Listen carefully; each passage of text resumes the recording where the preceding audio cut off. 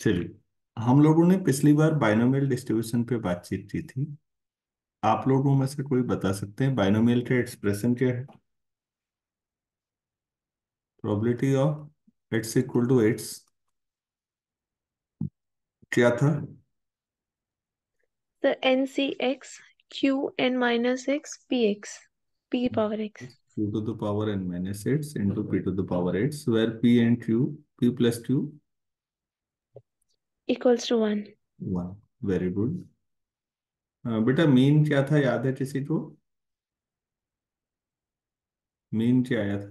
n into P आया था। और वेरिएंस n p q, इतना किया था। बल्कि वेरिएंस वाला एक्सप्रेशन मेरा वो सही नहीं आया था। बाद में गिरिजा जोशी ने मुझे पूरा करके भेजा था। आप लोगों को भी भेजा उसने ग्रुप में? नहीं? Yes sir. तो नहीं भेजा तो भिजवा लेना, नहीं तो ठीक है। तो वो ये था। बल्कि मुझे यहीं पर एक सवाल और याद आ रहा है। बाइनोमियल डिस्ट्रीब्यूशन के लिए हमेशा एक छोटा सा सवाल यहाँ पर भी पूछा जा सकता है कि मीन और वेरिएंस में क्या रिलेशन है आपस में। तो बाइनोमियल में हमेशा मीन वेरिएंस से बड़ा होता है। आप इसका प्रूफ एट लाइन का है। ये भी सवाल हुआ बच्चों कि वेरिएंस हमेशा कम होगा, मीन ज्यादा होगा। क्यों? क्योंकि जो क्यू की वैल्यू है, नॉर्मली प्योर क्यू 0 से 1 के बीच में है। और 1 और 0 वाली चीजें छोड़ दीजिए क्योंकि वो एक्सट्रीम सिचुएशन है। अगर Q1 ले लोगे तो P0 हो जाएगा। P0 होने का मतलब, P मतलब सक्सेस। सक्सेस जीरो होने का मतलब, अगर P प्रोबेबिलिटी ही 0 है तो वो इम्पॉसिबल इवेंट है। तो हम P और Q 0 से 1 के बीच में लेना पसंद करते हैं। अगर आप NP से मल्टीप्लाई कर दोगे दोनों साइड, तो ऐसा आ जाएगा या नहीं? देखो, NPQ तीनों पॉजिटिव क्वांटिटी हैं, तो इनइक्वलिटी पे कोई फर्क नहीं पड़ेगा। तो अब बताओ, मीन ज्यादा बड़ा है या वेरिएंस?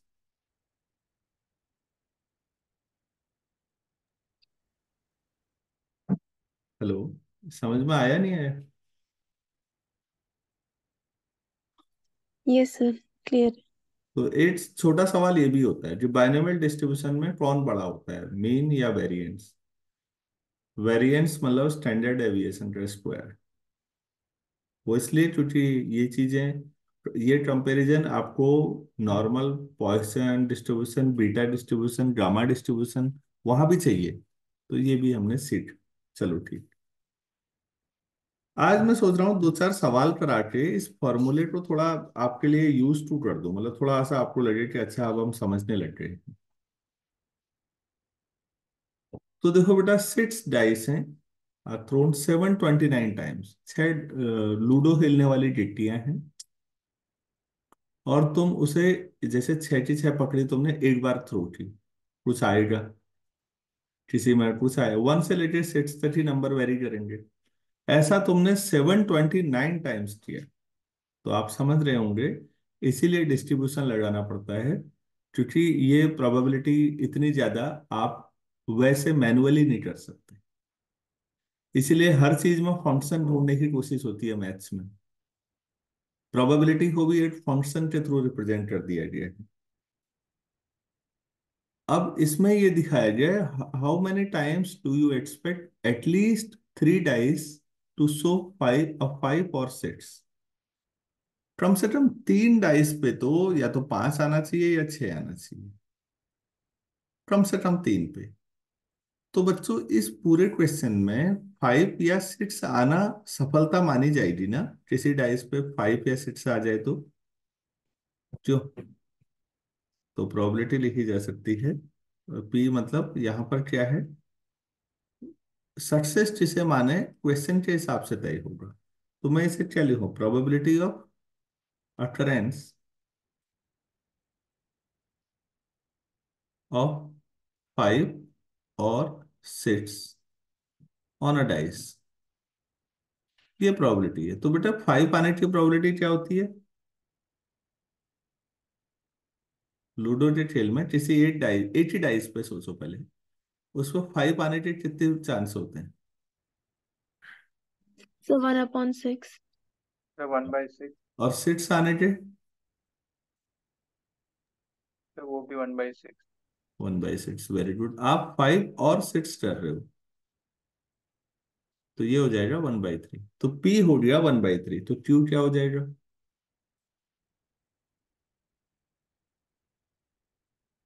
2/3। ठीक हो गया। अब बच्चों यहां पर एक बार बताओ, N क्या होगा? N, N क्या होता है? Number of trials. कितनी बार कोई घटना को आपने दोहराया, तो यहाँ क्या होगा इस सवाल में? N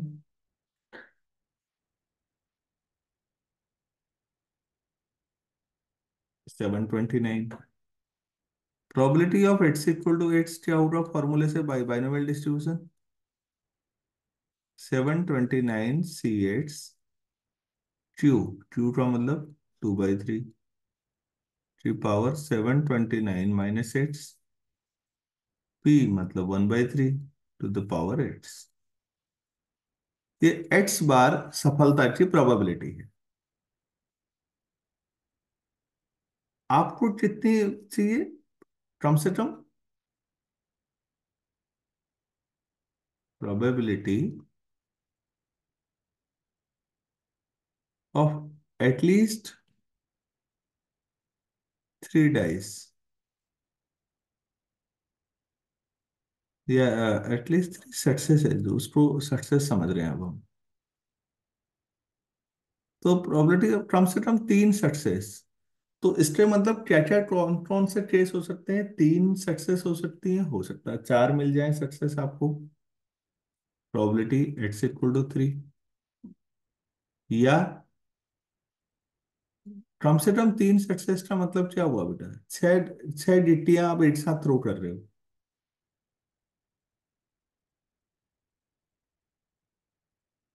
तो हो सकता है कि 5 या 6 तीनों पे ही आए, या 4 वाले केस भी लेने पड़ेंगे आपको।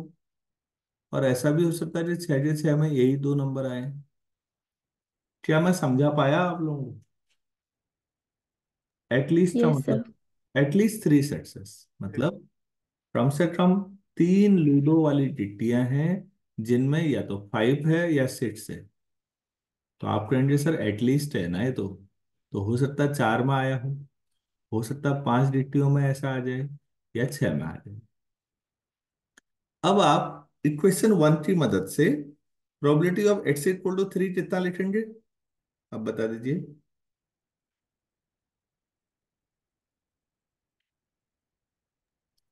Sir 729 C3 C3, very good. 2/3 whole power 726 हम्म।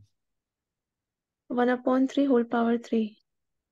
3 प्लस 729 C4, 2/3 की पावर, इन दोनों का डिफरेंस, तो 725, और 1/3 की पावर 4, प्लस 729 C5, 2/3 की पावर 725,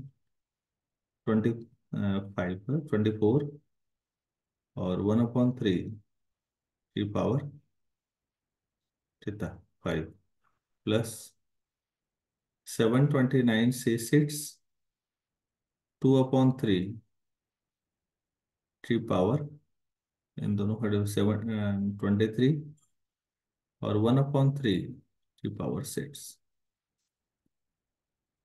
अच्छा बेटे, ऊपर तो 2/3 और 1/3 है, वो छोड़ो, लेकिन नीचे देखो दोनों में 3 है ना। पहली टर्म गौर कीजिए, यहाँ 3 की पावर कितनी है डिनोमिनेटर में? 726 पहली टर्म में। अरे भाई, पहली टर्म में यस। डिनोमिनेटर में कितना है? 726 है ना 3 की पावर। और दूसरे में 3 की पावर कितनी है? 3। तो मैं ये कहना चाह रहा हूँ कि 1/3 की पावर 729 कॉमन आ जाएगा सभी से। 729 C3 into 2 to the power 726 plus 729 C4 2 to the power 725 plus 729 C5 2 to the power 724 plus 729 C6 into 2 to the power 723। मैं ये समझा पाया आपको?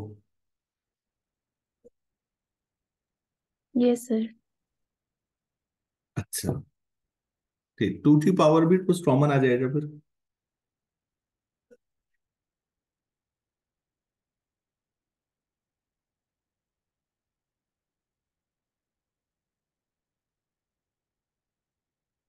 हेलो।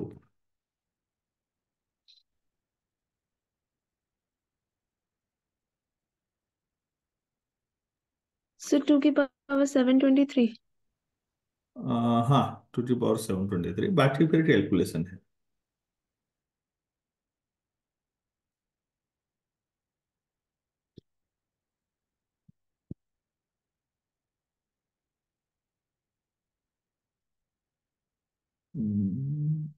गलती तो नहीं हो रही है कहीं सोचने के स्तर पे? हमें प्रोबेबिलिटी नहीं निकालनी थी, हाउ मेनी टाइम्स रहा।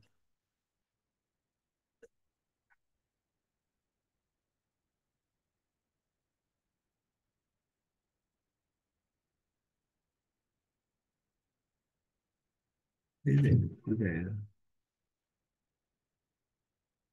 तो नेक्स्ट पेज पे करें तो 723 को सॉल्व कैसे करूंगा मैं वो बताता हूँ आपको। प्लीज नेक्स्ट पेज में 3 की पावर 729,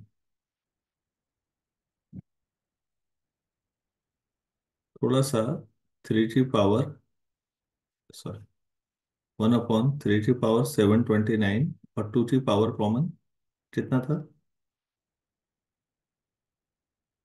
723। 723।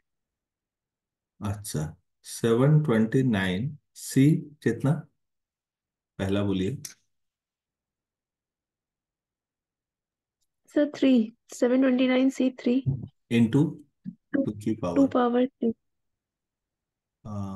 ये था 6 ना, तो 3, 729 C4, तो 2 स्क्वायर होगा।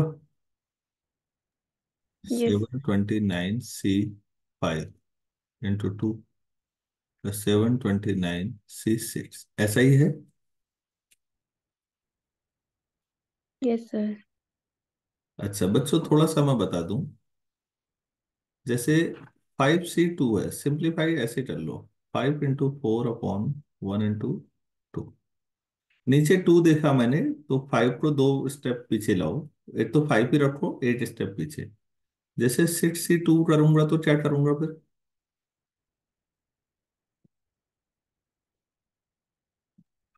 Sir 6 × 5/5 upon 1 × 2। हम्म, तो 729 C3 क्या करूं?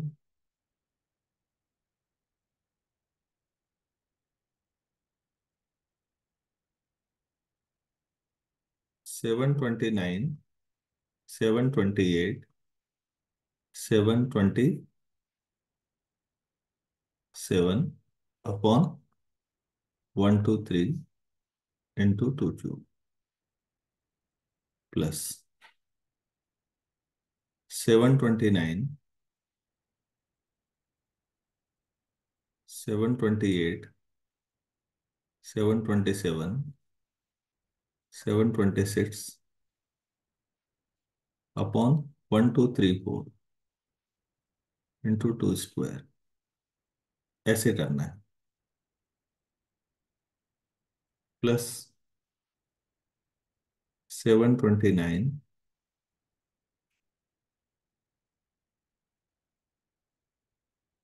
मैंने काफी बड़ा एक्सप्रेशन कर दिया ना।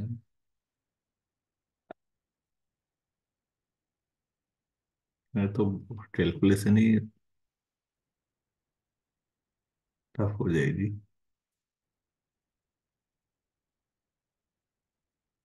अगर मैं एक ही बार में करता तो फिर उसके बाद 8 केस में निकाल लेता और 729 से मल्टीप्लाई कर लेता तो कैसा रहता?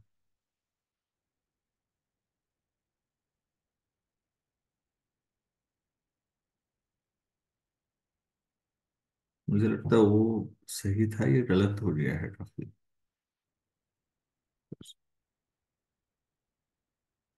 बच्चों इसको ऐसे कर लो, सॉरी, मैं मेरी गलती है। Probability of x equal to x 8 case में निकालते हैं भले, एक्स इक्वल टू एक्स। तो 8 केस में तो 6 सिचुएशन है आपके पास, क्योंकि आपने 8 साथ 6 डाइस फेंकी है।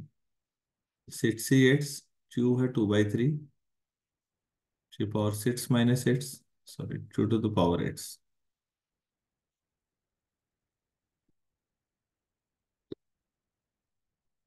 तो अब probability of at least 3 successes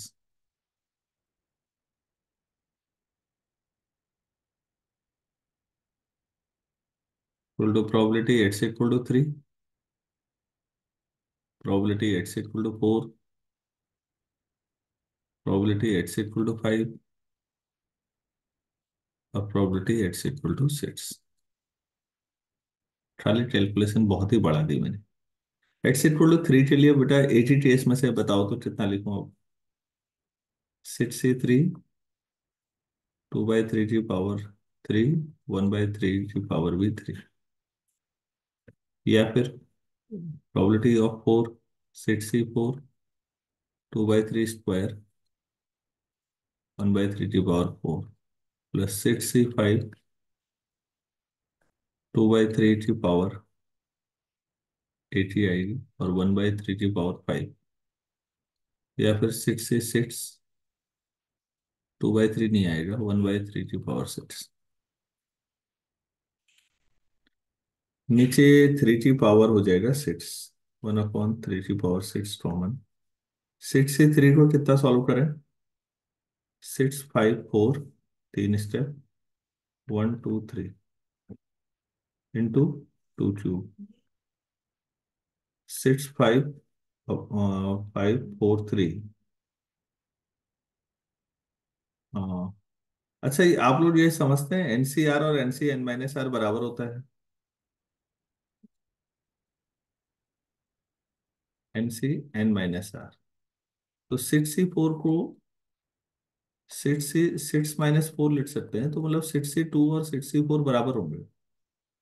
binomial coefficient symmetric होते हैं। तो 6C 4 6C 2 होगा, तो 6C 2 तो यही होगा, इंटू 2 स्क्वायर। 6C 5 कितना होगा बच्चों?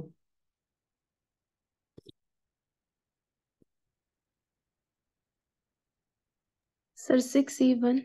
हाँ, तो 6C 1 6C होगा, NC 1 N होता है सीधे, इंटू 2 की पावर 5।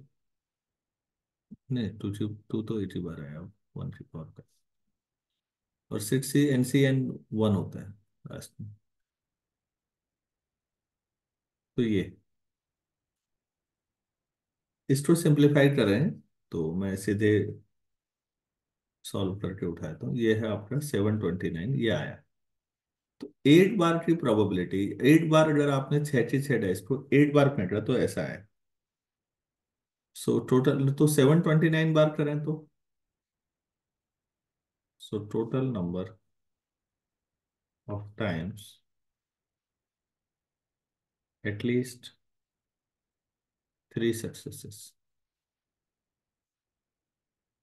तो 8 बार की प्रोबेबिलिटी ये है, तो 729 से मल्टीप्लाई कीजिए, 233 आ रहा है। सवाल इतना सा था, मेरी गलती है, मैंने वो पता नहीं कहाँ घुमा दिया था।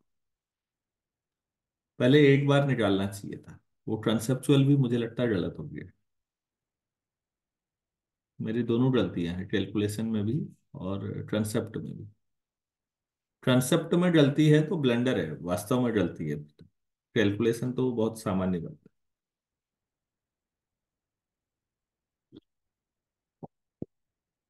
आप लोगों को सवाल समझ में आया? सवाल बहुत छोटा है, मैंने खाली उलझा दिया।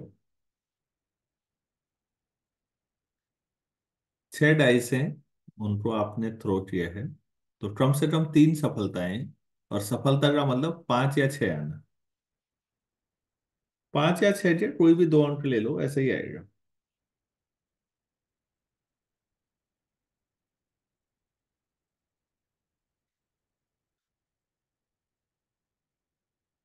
चलिए आगे बढ़े।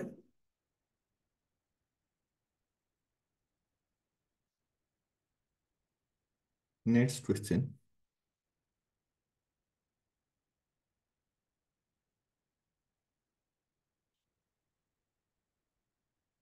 2 dice are thrown n times.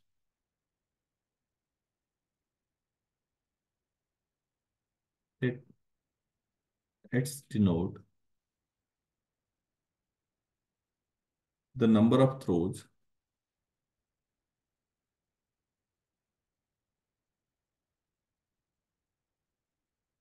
in which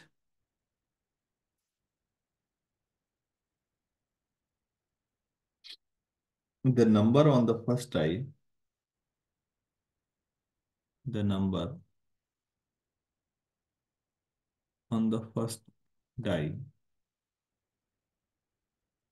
exceeds the number on the second die. Exceeds the number on the second die.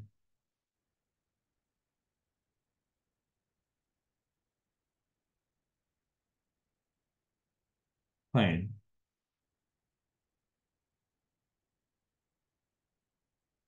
for distribution of its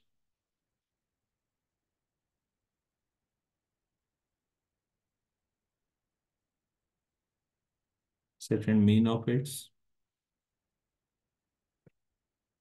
and third variance of its.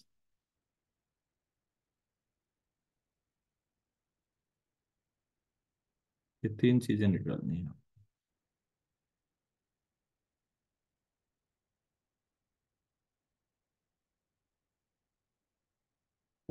दो डाइस हैं बच्चों। Total cases क्या क्या बनेंगे?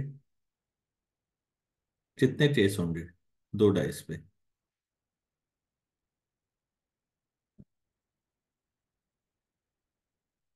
8 dice So है। 36.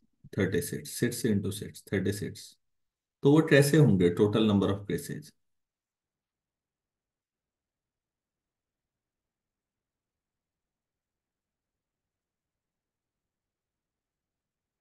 दोनों में 1 आ जाए। 1 1, 1 2, 1 3, 1 6। फिर 2 1 से लेकर 2 6 तक। फिर ऐसे ही 3 1 से लेकर 3 6 तक, लास्ट में दोनों में 6। यही होंगे 36 केसेज। Yes. फेवरेबल केसेस कौन से होंगे? फेवरेबल केसेस बताइए अभी। फेवरेबल केसेस कैसे हैं जरा पढ़ो तो। The number on the first die exceeds the number on the second die. पहली डाई पर बड़ा नंबर होना चाहिए दूसरे से, तो क्या आएगा? 1 1 1 2 1 3 1 6 में से क्या आएगा? इतने में से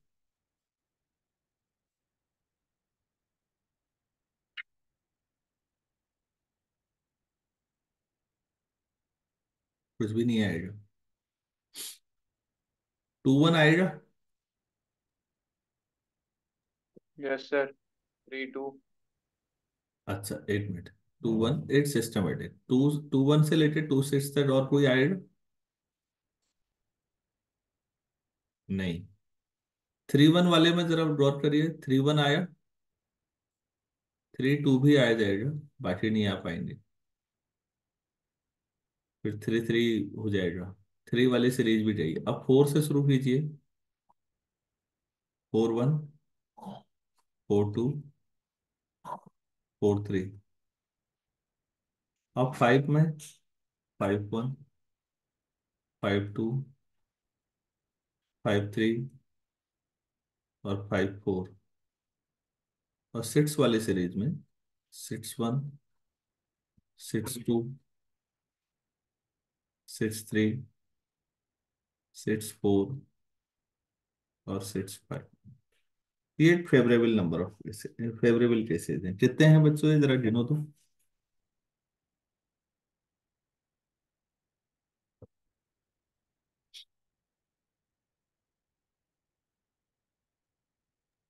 15। 15। तो प्रोबेबिलिटी इनमें से 15 कोई भी आ जाए तो आपकी सफलता है वो। तो प्रोबेबिलिटी ऑफ सक्सेस,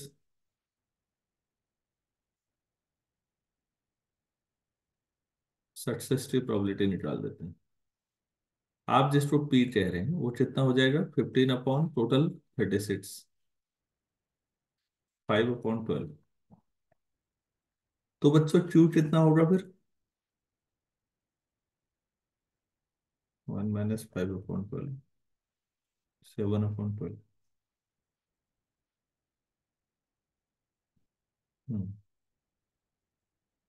तो पहला distribution of eights, probability of eights equal to eights कितना हो जाएगा,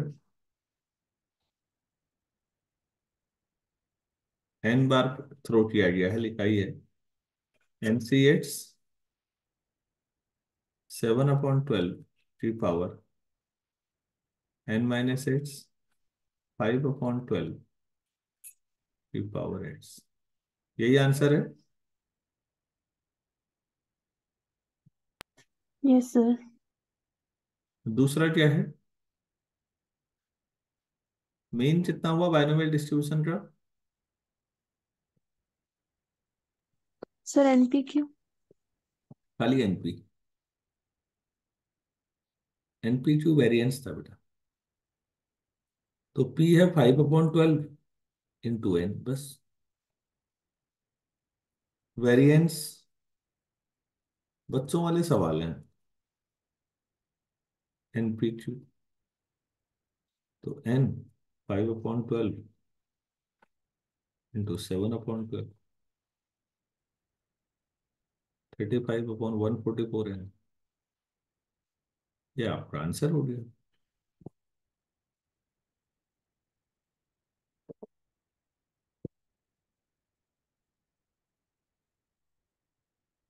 क्या ये क्लियर हो पाया आप लोगों को? Yes sir.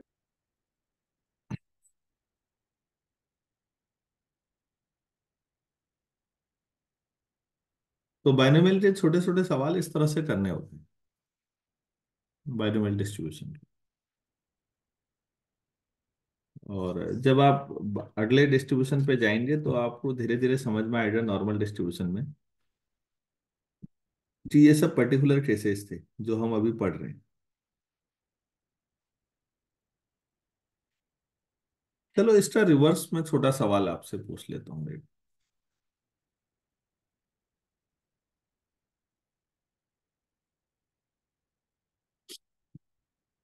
Suppose X is binomially distributed, question लिखिएगा।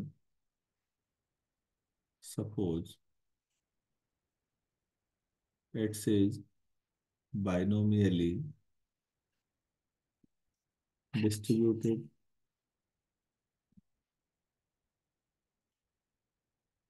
with parameters n and p, with parameters n and p। इसका मतलब क्या हुआ, इनको पैरामीटर कहते हैं। if expectation of x equal to 5 and variance of x equal to 4, find n and p।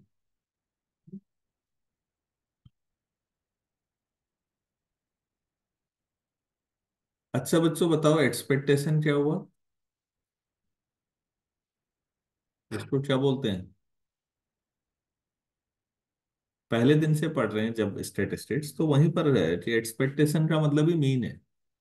तो n into P आपके पास ये है, और वेरिएंस 4 है।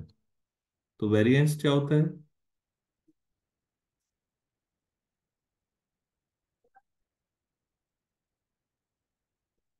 अरे ठीक है, अब कैसे सॉल्व करें?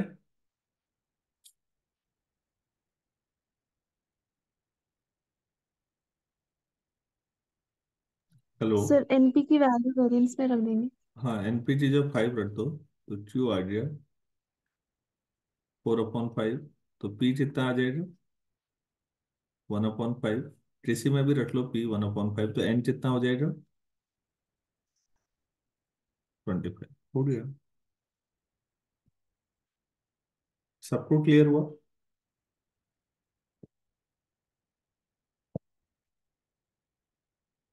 Yes sir. Yes. एक सवाल और करते हैं छोटा।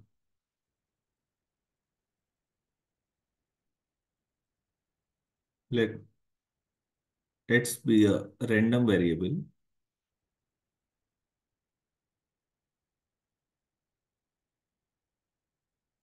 uh, having a binomial distribution. Having a binomial distribution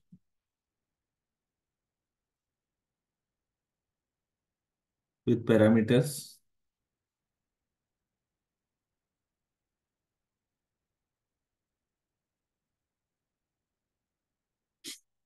n equal to 25 and p equal to 0.2. Find probability of x less than mu x minus 2 sigma x.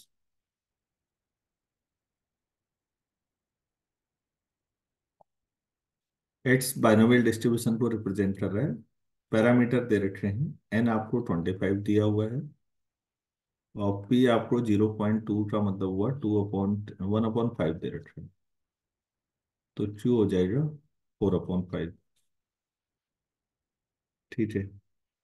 Mu x आपके पास क्या हुआ?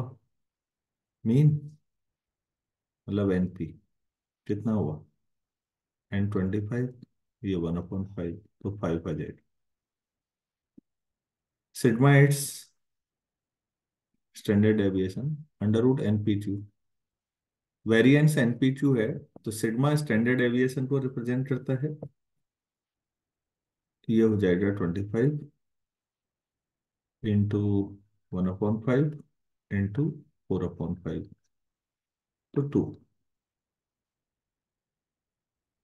तो बच्चों फिर अब मैं सीधे यहीं से लेके चल रहा हूँ, देखो। अब बताइए क्या आ जाएगा? Probability of x less than mu x है आपके पास 5 माइनस सिग्मा एक्स है 2, तो 2 × 2। तो ये हो जाएगा प्रोबेबिलिटी एक्स लेस देन 1। 1 से कम होने की प्रोबेबिलिटी मतलब फिर किसकी प्रोबेबिलिटी आई? X equal to 0। अरे यही होगा नहीं। बाइनोमियल डिस्ट्रीब्यूशन में probability of x equal to x क्या होता है?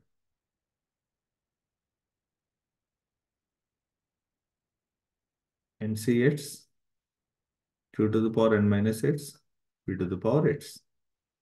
तो probability of x equal to 0 कितना होगा बच्चों?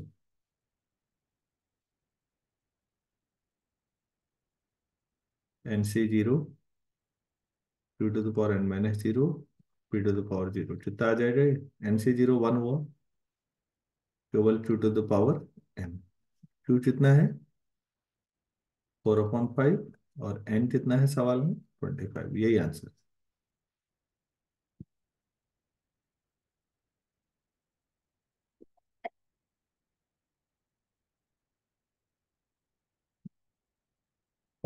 भाई ये समझ में आ पाया या नहीं आया? Yes sir. हम्म। तो जब भी ऐसे सवाल हो तो लैंग्वेज देख के लगता है पता नहीं कितना कठिन होगा। थोड़ा सा सोचें कि बाइनोमियल डिस्ट्रीब्यूशन लगाना है तो उसका फॉर्मूला लिख लो। एन और पी दे रखे हैं तो क्यू निकाल लो। म्यू एक्स और सिग्मा एक्स दे रखे हैं तो इसका मतलब समझो क्या पूछ दिया है। मीन और स्टैंडर्ड डेविएशन। सिग्मा एक स्टैंडर्ड डेविएशन है, सिग्मा स्क्वायर होगा तो वेरिएंस होगा। इतना समझना है। मैं समझा पाया कुछ चीजें आप लोगों को? Yes Yes, sir. sir. बच्चों, जो पहला सवाल था, मैं अब क्या कहूँ, इसमें गलती मेरी है। चलो खैर, कोई बात नहीं, गलतियां भी हमें सिखाती ही हैं चीजें। ये क्वेश्चन था 3 से ज्यादा वाला। तो इस बहाने इसमें इस पेज पे जो राइट साइड में है वो काम की चीज सीखी हमने। और वो ये थी कि मीन हमेशा वेरिएंस से ज्यादा होता है।